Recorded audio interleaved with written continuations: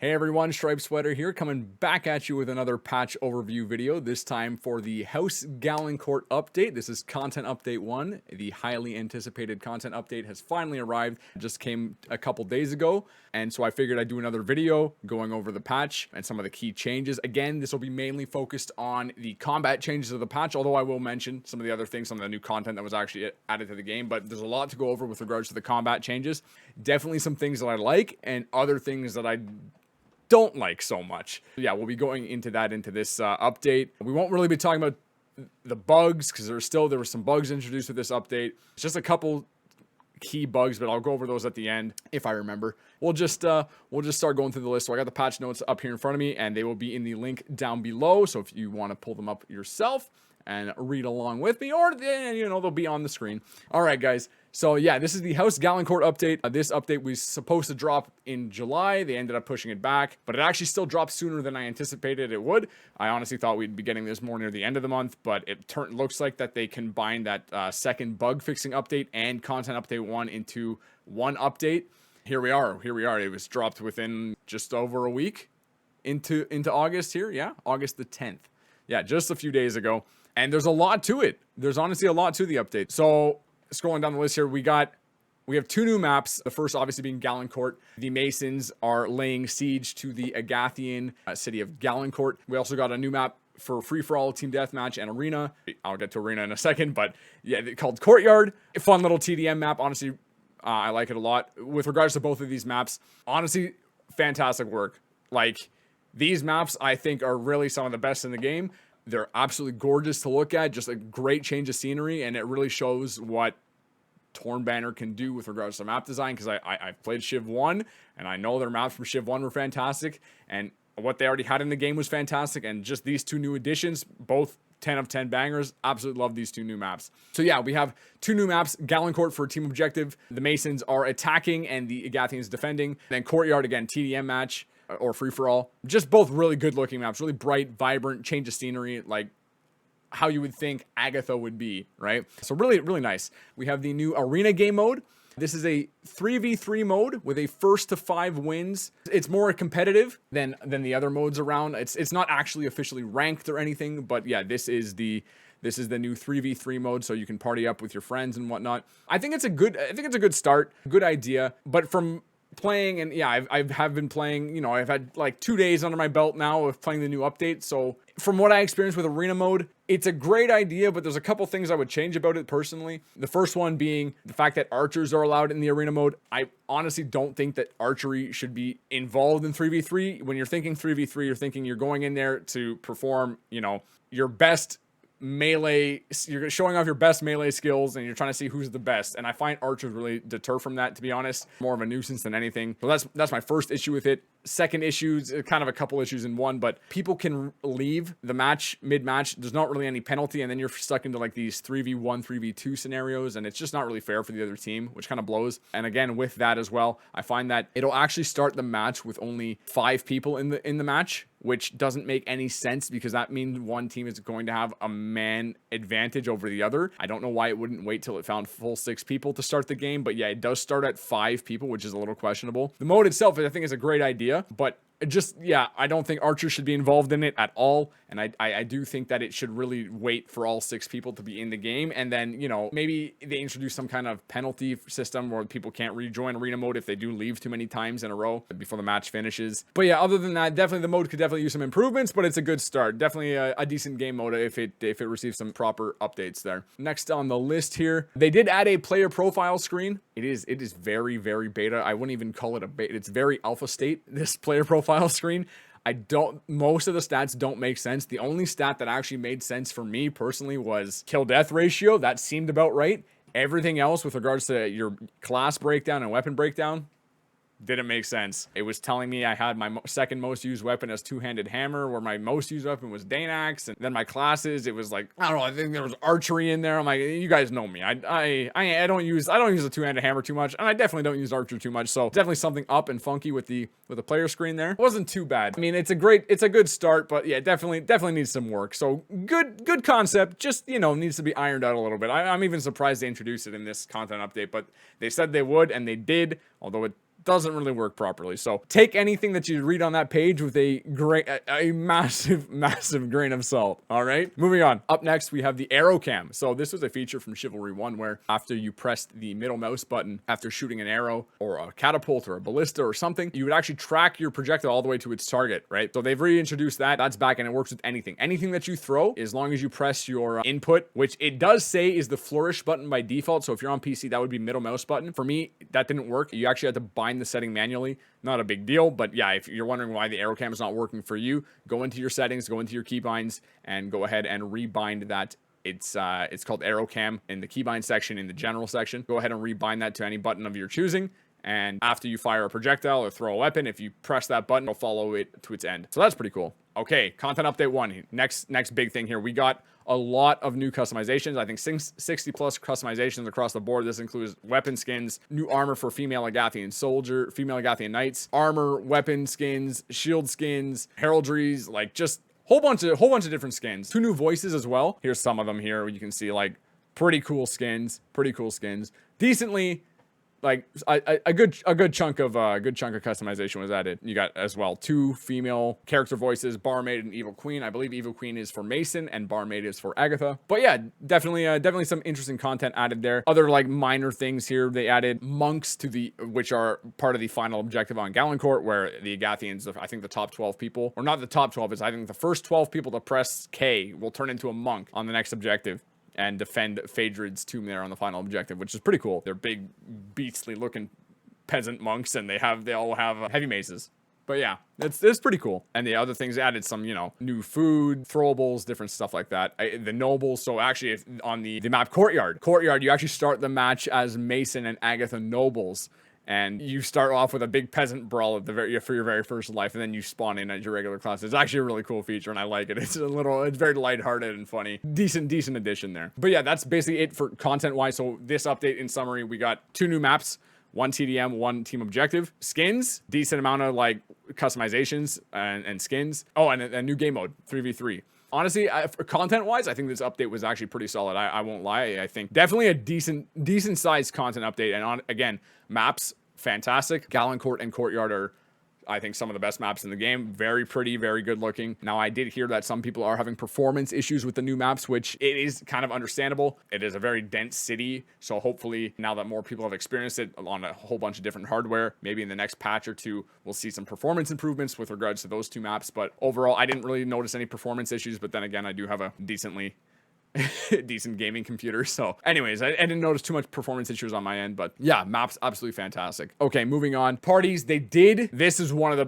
bug issues I was going to mention at the end of the video, but I guess I'll mention it now. Parties, they did do a bunch of party fixes with regards to PC, so you can read that in this section here. Overall, I'll say this. Has the party system been improved? Yes. It is definitely a lot easier to get into a party with your friends after this update. I will say that. I've successfully joined people's parties more than I could before the patch. However, it is still not 100%. Kind of disappointed in that we still ran into issues where I couldn't invite people and they weren't seeing my invites. I wasn't seeing their invites. It was really frustrating. And the fact that this is still an issue kind of blows. I was hoping it would have been solved for this update.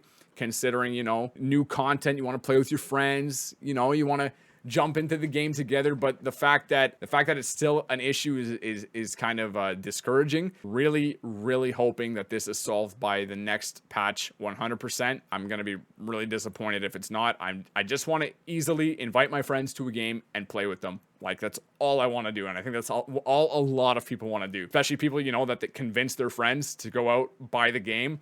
They bought the game, and now they can't even party up together. Party system, again, vastly improved, but not 100%. And again, going back, so I'm going to touch on the cross-platform party system that everyone's been asking for. So with regards to that, and a lot of people are saying the devs, they misguided us and this and that, and it's not fair, it's false advertising. So I'll say this. Should they have included the cross-platform party system at the start of the game after advertising crossplay? Yes, 100%. I agree. The fact that it was not even thought about on their end to not party up with people on different platforms, huge oversight.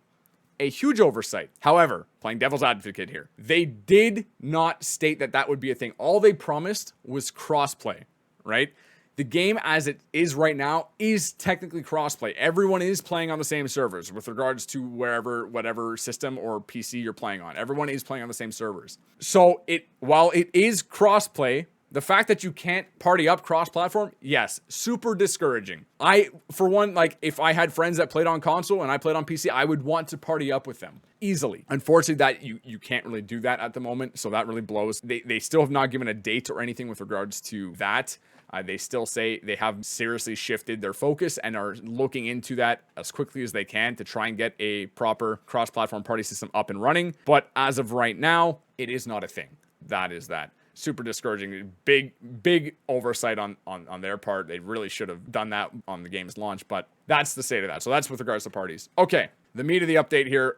For me personally, with regards to the content was great. I have no issues with the content. We're gonna get into the combat changes and the weapon changes right now, and this will be the chunk of the video here because there's a lot to go over. As you can see, there are some other changes and whatnot, not as pressing, I'd say, but definitely I want to get into the combat changes because there's a lot of things I like and there's a few things that I don't like when it comes to these combat changes. So let's get going. So starting off with the stamina regen will now pause while crouching, and crouching now costs stamina. So again, I have played the update for about 2 days, and I wanted to get 2 days of play time in before I made any thoughts on the changes, right? And I just an overall feel, because the game definitely, it does feel a little bit different when you're fighting. You're not insane. Anyone who's like, why do I feel like I'm doing worse? Why do I feel like I'm just not performing as well in the game? You're not insane. There is a lot of combat changes. So starting off again, stamina regen will now pause while crouching, and crouching now costs stamina. So if you notice, every time you press the crouch button now, it does consume a little bit of stamina. It consumes, it's a one-time stamina consumption, right?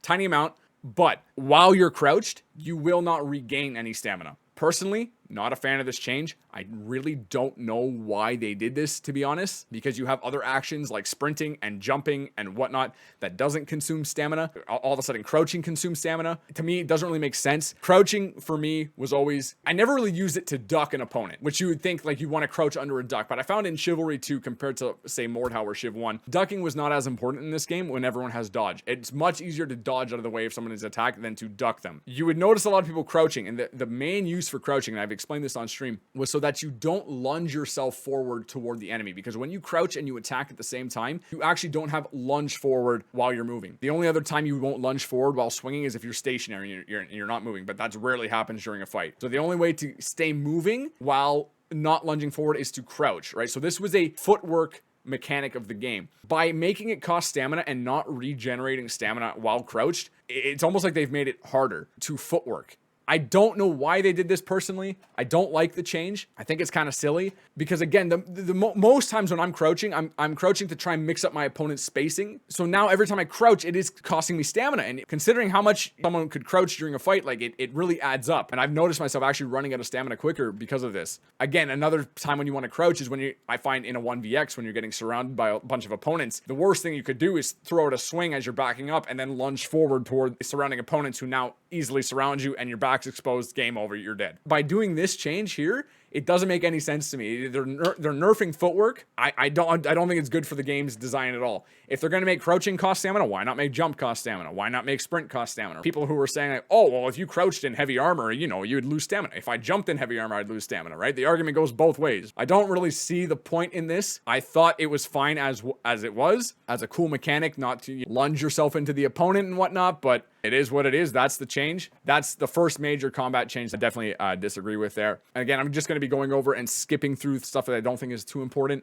This is semi-important. So anytime you see someone holding an object now, especially like objective stuff, like barrels carrying bombs to locations, you'll notice that in Galencourt a lot, where you got to blow open a gate. If someone's holding two-handed loot and you hit them, they will now drop it when they're holding it, which is pretty nice. It means you don't have to kill the person as they're making their way to the objective before they drop it. It means the moment you hit them, they'll drop it. So pretty decent change. Next important change. This is actually a good change. This one here. The combo timing penalty is no longer applied when an opponent gets put into parry break. So what does that mean? Whenever, let's say you broke your opponent's block, you stand them out, they'd lose their weapon. You broke their parry. What would happen pre-patch was There's a mechanic that nerfs your combo timing, and this is noticeable when if I'm swinging, I combo on someone and he blocks, now I have the combo timing penalty where my secondary swing, because you are allowed to combo in this game even if someone blocks. So I swing once, hit that guy's shield, and I start my swing again. This second swing will be significantly slower, allowing my opponent to attack me. So that penalty, that's the combo timing penalty, where my second swing after he blocks or whatever is significantly slower. That penalty pre-patch was also applied to when you broke someone's guard, and this I would assume has to do with the fact that they are parrying and then you break their guard, and then it puts you in that combo time. It gives you that penalty where you weren't guaranteed a follow-up. Even though you broke their guard, they would actually have enough time to swap their weapon and block again. Now you are guaranteed a follow-up after disarming someone, because this combo penalty doesn't exist when you break their guard now, which is very nice. So that's a good change. Score for destroying constructibles, pretty nice. Anytime you see an engineer thing, go destroy it. You'll get some points for it. This is a decent one. Deployable spike traps no longer damage or kill teammates. So don't have to worry about team kills with spike traps anymore. It's kind of nice. And they are also not triggered by your own lunge attacks, which is also nice. So that's pretty decent. This kind of here, just a couple bugs there. Tackles no longer... I actually didn't know this. I when I was reading this on stream, I was like, oh, I actually had no idea. But apparently tackles used to use your armor type and weapon damage multiplier. So depending on what weapon you were using when you tackled your opponent, it would actually apply a multiplier. So if you had a blunt weapon, you'd actually do more tackle damage to knights. It doesn't do that anymore. So that's pretty decent. What else? What else? What do we got here? A couple of these are just piddly changes here. Oh, actually, no, this one here. Radius of catapult damage decreased. So catapult isn't so ranged. It doesn't have such a big splash zone anymore, which is nice. Let's see what else we got here. Oh, rest in peace, my bandage exploiters, including myself. The bandage exploit of jabbing and then bandaging and then clicking, whatever, essentially canceling the healing animation, that no longer exists. You now have to wait through the healing animation. Well, it does suck. At least everyone's on a fair or even playing ground right now. I would prefer if they would maybe implement a faster healing system. I find the bandage does take quite a bit of time. I feel like the game wouldn't really, I don't think it'd be detrimental to the game for them to implement faster bandaging. You know, just get the gameplay going a little quicker, you know what I mean? So if they did that, that'd be decent. But as of right now, yeah, you can't do the bandage cancel anymore. So rest in peace, my bandage cancelers. Okay, this is an interesting one. So restriction scaling, it's also worded weird. So restriction scale on turning while sprinting now scales with speed to make it feel less restrictive at low speeds. Thorn Banner, whoever's writing your patch notes, figure it out, okay? Figure it out. Essentially what they're saying here is, while you were turning, while sprinting, you'd notice that you couldn't move your mouse so much without it canceling the sprint. But it would also do this even at low speeds. You couldn't really turn without it canceling your movement. Now, it kind of ramps up that scaling effect. So it's not so restrictive at lower speeds when you go to turn your mouse sharply. Still restrictive at higher speeds. You'll notice it if you're sprinting and trying to whip around, your guy will kind of stop. Shouldn't do that at lower speeds now, though, or it should at least be improved. Fix an exploit where you could super jump. This one is, you would have noticed this. Sometimes when you guys saw me playing Captain Agatha or the Winter Mason, and I had my fist and shield, and I would go do a special attack, you'd notice I'd like fly up into the air and do like a jump over at least the height of two guys. It was really weird. So apparently that's been fixed now. So no more super jumping, which is nice. Here's another change. Okay, I have no idea what this one means. If anyone does, I proposed it on stream. The stream couldn't figure it out. I couldn't figure it out, but remove the ability to chain combo kicks with low kicks. What are low kicks? I have no idea what it's referring to when it says low kick. I've tried to think about it. I'm like, is there a different type of kick? I tried maybe kicking while crouched. That didn't really change anything. I tried doing alt and kick at the same time. Maybe seeing if he would kick low. Didn't do anything. Maybe I'm overthinking it. I have no idea what this means. If somebody knows, maybe I'm just not using my brain. But if somebody knows, please state it in the comments below what it actually means, because I don't know what it does. Another interesting change for any catapult mains out there. So you are now given score if you load the catapult, because you're helping, and we love that, is what the devs say. So if you're loading the catapult, you also gain score, which is nice. Couple interesting changes when it comes to teammates. You can no longer break a teammate's kick. You can no longer break a teammate's block with a kick. You cannot interrupt each other's counters and parries. Blocking attacks from teammates no longer consume stamina, and teammates can no longer damage each other's shields. All pretty decent changes. kind of stop the griefers out there. Very interesting change here. So projectiles, arrows, bolts, thrown weapons will now interrupt enemies who are drawing their bow or aiming their crossbow. This was always infuriating, as I would see someone drawing their crossbow drawing their bow or aiming their crossbow at me. And let's say I had a throwing knife in my hand because I'm playing the ambusher class and I'd whip a knife at them. They could still just shoot. Now it'll interrupt them and they'll have to redraw, which is really nice. So that's a decent change. Okay, this change here. I tested this on stream and during my own play. Increased special attack, sprint charge, and leaping strike damage for many weapons, including spear, glaive, poleaxe, the candelabras, or pitchfork, plank, lance, pitchfork. Pitchfork twice because, yes, pitchfork is just a great weapon. And the scythe. I don't think it applies to any other class except Vanguard. I tried the spear. I tried the poleaxe, which are, the spear is footman exclusive. The poleaxe is knight exclusive. Did not notice any increased damage with regards to those weapons on knight or footman. But the glaive, on the other hand, is shared amongst the footman and the Vanguard. So I didn't notice any difference on the footman. But when I use it on the Vanguard, when you ever use the glaive sprinting attack on the Vanguard, it used to do 12 damage pre-patch. It was like really bugged. It didn't make any sense. I used it post-patch, now it does 60. So I'm thinking that all these weapons, when they're referring to these changes, it maybe only applies to the Vanguard. Because I tried, and I know only the Vanguards have that sprint charge attack or the leap strike, whatever it is. But yeah, I did not notice any difference with regards to spear or poleaxe on their appropriate classes. Only on the glaive, for its leaping sprint attack there on the Vanguard is when I noticed the change. That's all I noticed.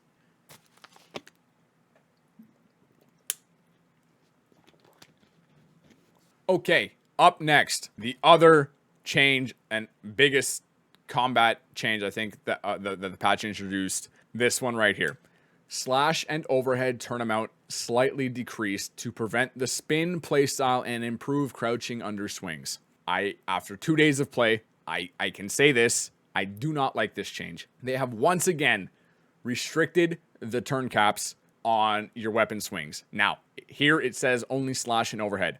I think that is bullshit. I think they also did stab because I'm whiffing a lot more stabs and I'm whiffing a lot more overheads. Slash is a move that you don't really whiff it very easily because it covers so much range. Overhead and stab, though, are very precise. And by restricting the turn cap on overhead and stab, it has become immensely more difficult to hit someone with those moves. I have tried to compensate for this change and the decreased turn cap.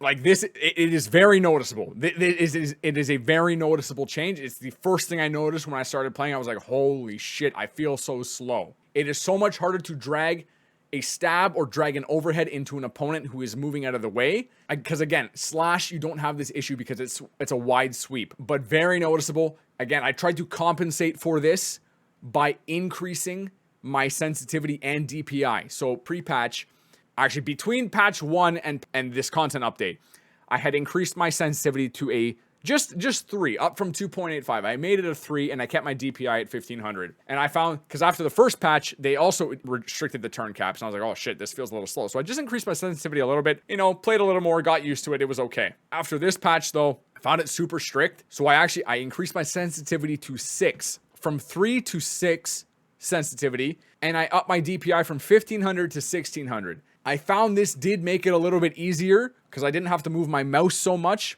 trying to land those overheads and stabs, especially when someone's just kind of strafing around you, but it's still very restrictive. So why don't I like this change? The main reason I find it almost dumbing down the combat a little bit. Because these two moves are so hard now, people are just going to want to LMB a lot, which is already an issue. Now people are going to want to do it more.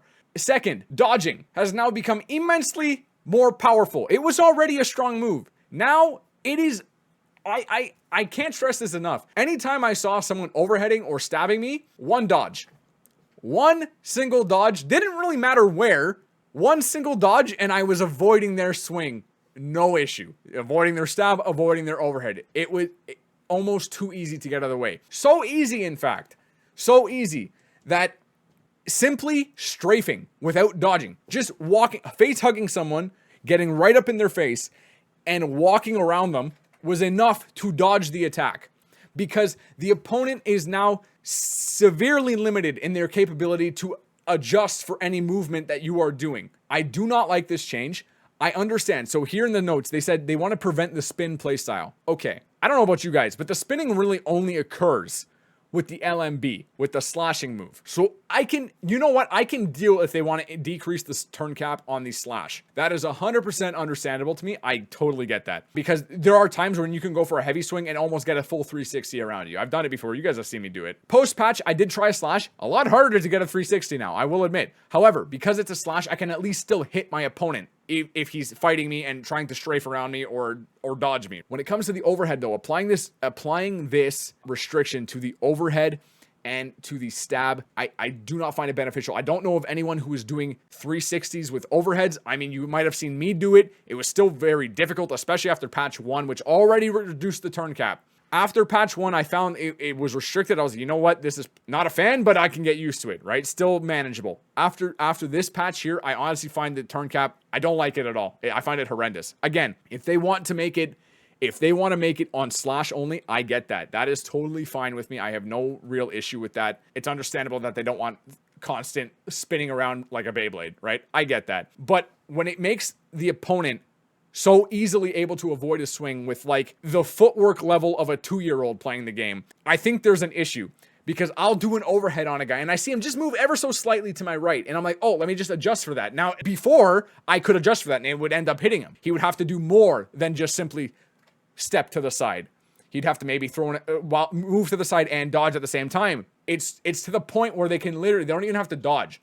Like dodging will avoid it. Now they don't even have to dodge. They can simply just strafe around you and they avoid the attack. I'll have my swing full on whiff and I'm getting punished even though I'm the one on the offensive here. So again, I've seen people like, oh, you know, I find that it makes my footwork game better. I don't agree with this. I don't think it's making footwork more important. It's actually just dumbing down footwork because it's so easy to avoid these two types of swings now, overhead and stab. So yes, when it comes to my two biggest gripes with this combat change are definitely the turn cap and the stamina loss on crouch. I don't like those changes really too much.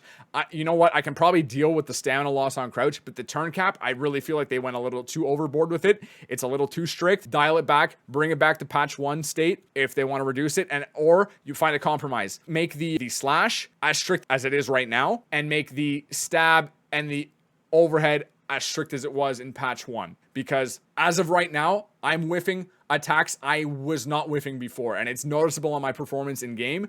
And a lot of other people have come to me. I've had probably 3, 4, 5 different people come up to me and DM me over Discord and be like, yo, are you enjoying this combat system? Like, I find I'm doing significantly worse. I keep whiffing attacks, and I have to tell them, you are not insane. You're not crazy. They significantly changed the turn cap for stab and overhead. Slash too, but it's not so noticeable on slash. That's my little rant on that. Again, I don't think it was a decent change. I wish, and someone actually brought this up on stream yesterday. I forget who exactly, but I do highly agree with them. When it comes to serious combat changes, like significant combat changes, I don't think they should just be applying them willy-nilly and pushing them to the live server. I think what we need is a beta branch, a test branch, something that allows people to test it, give feedback and comments, and then the devs can take that feedback and work on it and then push it into the live build, right? A lot of games do that. Tons of games do that. Because right now, they've pushed the last 2 updates, some of the combat changes kind of questionable. So if they maybe on PC, because it would be easier, because again, I don't want them to deal with cross-platform, a test branch. Maybe it's better to just have the PC community, a smaller community, right, where they can just focus on updating that build. And this could be even with regards to any patch, because you've noticed the last 2 patches, while they've included stuff, they've also introduced new bugs. While the new patches have included stuff, they have also introduced new bugs, which I feel if there was a test branch before these patches went live, and again, they could do this on PC. We've had an alpha build, we had a beta build, we have the live build, right? So just go open up the beta build again and start, rolling these out. And that way we can test the update before it goes to the live server and breaks everyone's games. That's my 2 cents there. So again, two biggest changes that I don't like on this patch are definitely the turn caps. I really disagree with them, and I think I'm going to say about at least 90% of the community is going to agree on this, but way too strict on the turn cap and the crouching costing stamina. I don't agree with that either. So those are my 2 big gripes with the combat changes. But anyways, let's get back to the rest of the patch notes. So parry turn amount slightly decreased to prevent incredibly fast spins while parrying. This is actually a decent change. So while I don't like the turn cap restriction on the weapons, having a little bit more of a turn cap restriction on the parry is kind of decent. It stops people from being able to hold their block and just kind of spin in a circle. So this is actually a decent change. All right, so these all kind of come in together here. I guess actually I'm gonna skip over these two and skip right down to here. One-handed spear is re-enabled. It has reworked animations. It no longer has a slash. It has 2 stabs, just like the two-handed spear, right? So you have an overhead stab and an underhanded stab, and then you have your actual overhead like slash. There's no more wide sweeping swing. I found the animations better, easier to read. I think the rework was pretty decent. It's still a decent weapon, does a lot of damage, but you can't be a 1vx god with a spear anymore. So you definitely have to watch yourself when you're using it. So this goes back to, I guess actually we'll skip on here. So they decreased the special attack wind up by 0.05 seconds. So a little bit of a change there. But yeah, this goes back to the Javelin. So the Javelin attack animations, for anyone who remembers, the Javelin and one-handed spears shared the same animation set. So when they removed the one-handed spear to fix its animations, a lot of people were left like, wait, what about Javelin? So they have updated Javelin accordingly. Javelin now works the same. It also does not have a slashing attack. It has a stab. So both the Javelin and one-handed spear now have 2 stabs and an overhead attack. So that's good. And the Javelin throw time, the recovery time, so they actually nerfed it a little bit. Another 0.3 seconds to recover after throwing a Javelin. So that's interesting there. Heavy shield wind up, so you can actually throw your heavy shield very slightly faster, which is nice. The Ram Skull. For all those who liked using that Ram Skull, it no longer one-shots. They removed that. They said being able to one-shot opponents was fun while it lasted. Again, was I ever getting abused by the Ram Skull? No. Was it a meme? Yes. Did this need to change? I don't think so, but they did it anyways. Again, not the end of the world, but was it really needed? No, I don't think so. Okay, so heavy throwables, the two-handed throwables. So you got anvils, barrels, boxes, anything like that. Their damage now scales based on distance. So depending on how far you throw the thing, so no longer can you just take the anvil or whatever and walk up into somebody's face and throw it right in their face for max damage. It has to have a bit of a travel time before it does max damage, which is actually a pretty decent change. So now if you see someone on the top of a wall with a barrel or a box or whatever, and they whip it at you, be careful, because it's going to do a lot more damage now, depending on how long it travels. So that's nice. This issue here, when I read this, I didn't know this was a thing, but apparently the left dash distance was shorter than the right dash, so the dodge on Archer. I had no idea that was a thing, so that's been fixed. Thrown weapons no longer deal damage through parry. If you notice pre-patch, sometimes you'd go to block. I was actually noticeable with the Danax. You'd go to block the weapon, because you're all allowed to block throwables as long as it's not an arrow, right? You're allowed to block any throwable. You go to block it and it would still hit you. So now it shouldn't do that. It should actually block the attack now. Okay. This is some of the best changes of the entire combat system right here. Sorry, from here down are some of the best changes of the patch. So, to my one-handed sword, short sword, and other exploit cheesers out there, sincerely, get fucked. They have now nerfed your cheese. Hallelujah. Thank you, Torn Banner. They've been listening. So, for those who aren't aware, and I'll try and quickly go over this, there was an exploit in the game with regards to the counter mechanic, where you could essentially spam counter attack someone faster than you could actually combo swing them, which is supposed to be your fastest follow-up attack. This made a whole assortment of issues, the main one being ignoring initiative. As of this patch, this has been, I don't know if it's 100% fixed, but it has significantly improved the situation. And again, this had to do with a game design mechanic where after you receive a hit or after you hit someone, you're instantly able to act out of that. This includes instantly being able to block. And again, this was gone over in the tutorial, but they never explained the exploit side of it because I think this was overlooked. So if I were to, it was meant to help in a 1vx scenario where if I would block, or sorry, if I was fighting multiple people and I would hit someone, I would instantly able to put up my block and protect myself. That's where the problem comes in. Because after you hit your opponent and you're instantly able to act out of it, including block or dodge or jab, right? Whatever you want to do. Instantly being able to block, that's not the issue. The issue comes from what can you do from block? Well, you can counter from block. And what is counter? Counter is an attack. So you had this scenario where you would hit your opponent, and you normally, if you hit your opponent, you want to do a follow-up swing, you just click again and you combo. So you go swing, swing, right? And it would hit your opponent. The exploit comes in where you would hit your opponent, you press the block button and then your attack button to perform a counter. So you hit your opponent, you counter back, and now what you have done is you've essentially canceled the follow-through of that one attack where you had to slice through them, wind up again, and then slice. You have now canceled the follow-through portion of that and are instantly attacking again, right? That was the exploit. This is why I would get so heated on stream. It was a serious problem. I didn't think they would address it this quickly, but they did. In effect, you were actually attacking faster than you could combo swing.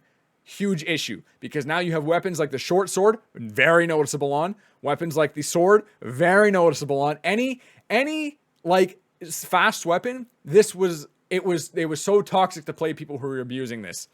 So, what have they done?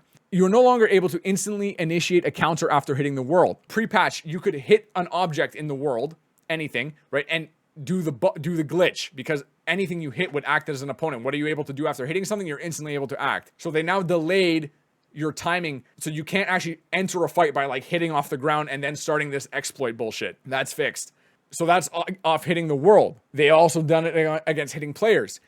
They made a slight delay on spamming counters immediately after landing a hit. Again, how did you do the exploit? You would, after you landed your hit, you would just counter.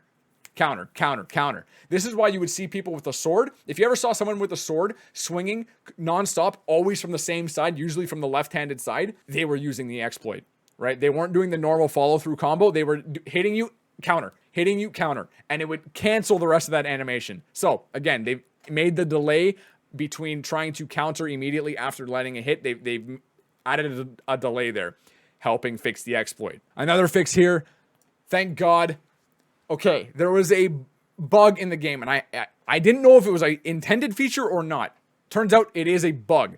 So you would notice you could literally counter anything as long as you countered at the last possible second. So normally a counter is only supposed to work when you match your opponent's swing. A riposte, on the other hand, you can riposte back and swing back with any different direction of attack, right? But a counter, you had to match their swing with your swing, right? The same type of attack. The issue comes with you could literally counter a slash with an overhead. You could counter a stab with a slash. You could counter a overhead with a stab. You could counter a kick with any type of counter you wanted. You could counter a special. These are things that aren't supposed to be blocked and then, you know, aren't supposed to be countered. This is why you'd go to kick someone, and because they're counter spammers, because most of them using this exploit, you'd go to kick them, but because they countered, they blocked you, and now you get hit. And everyone knows kick's supposed to be blocked. Again, if you were to counter at the last possible second before the opponent hits you, it didn't matter what they were swinging with, it didn't matter what you were countering back with, it would be a successful block, and you would counter them.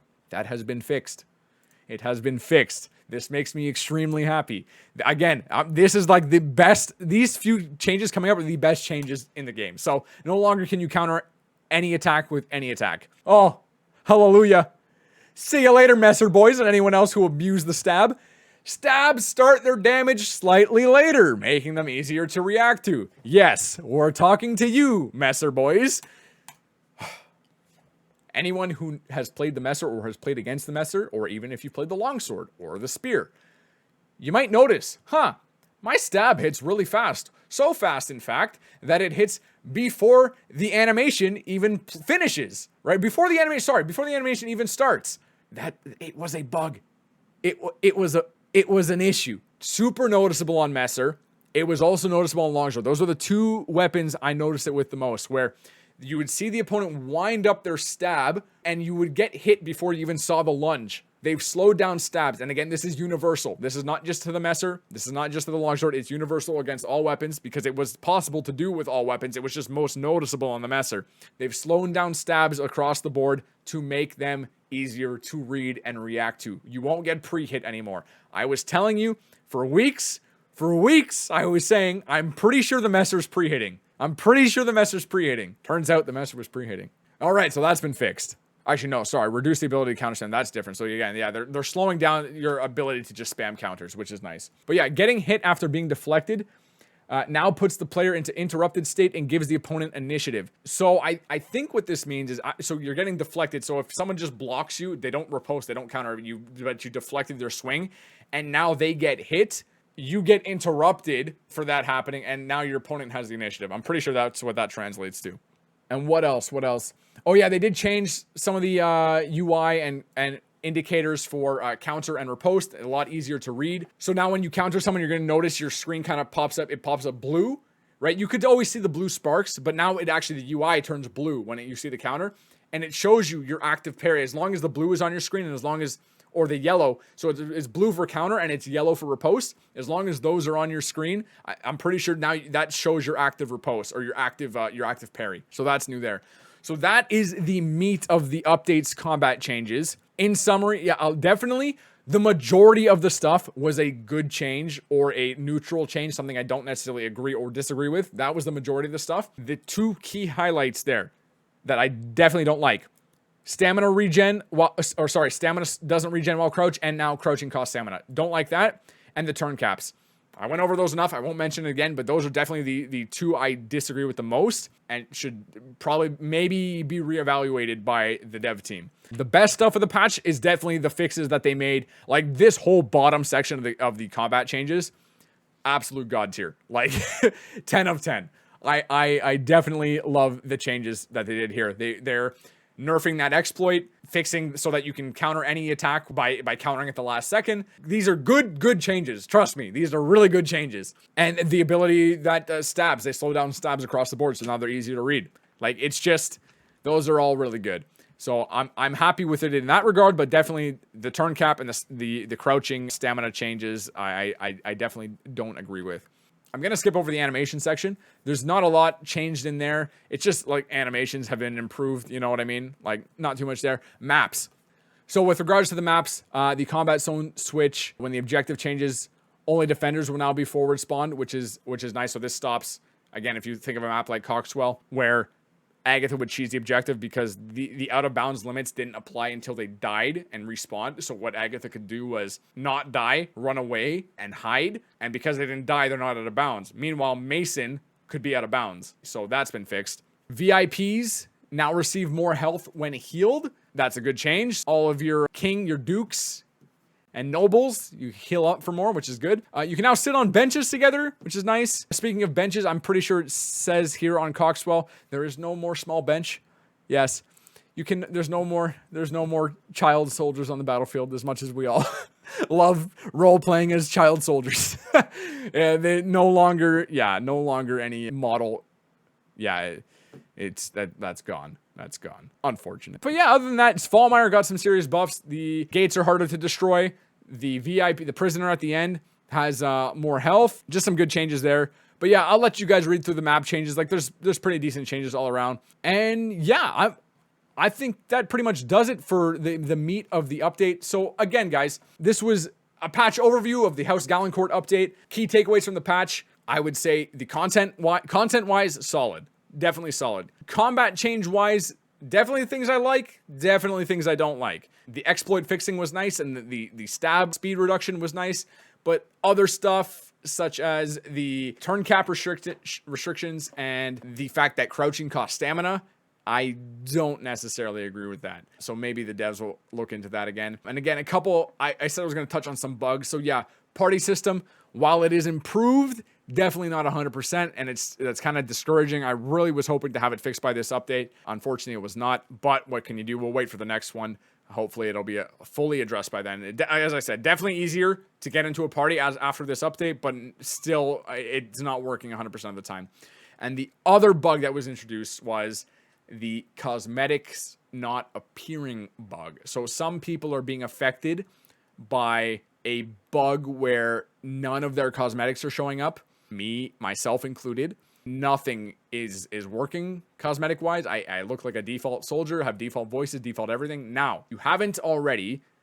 Apparently, it has been found why this is happening. It has to do with the one-handed spear. I can't confirm or deny, but when they reintroduced the one-handed spear, something got messed up, and when you try to customize the one-handed spear, it borks your entire customization for your player. So that's apparently why it's happening. and it's not as easy of a fix as trying to just equip the default skin. So they're working on it right now. There are some workarounds. They're not 100%. I'm not going to list them here because some of them have some other side effects, such as wiping your settings and your keybinds and all that. So I'm not going to say how to do them, but I'm sure that the devs have already highlighted that this is a key issue and they will be working on it. So if you're experiencing these customization issues, just know, yeah, that you're not the only one, and it is a known issue. But yeah, guys, that's going to do it for this patch overview. Let me know what you guys thought of the patch in the comments below.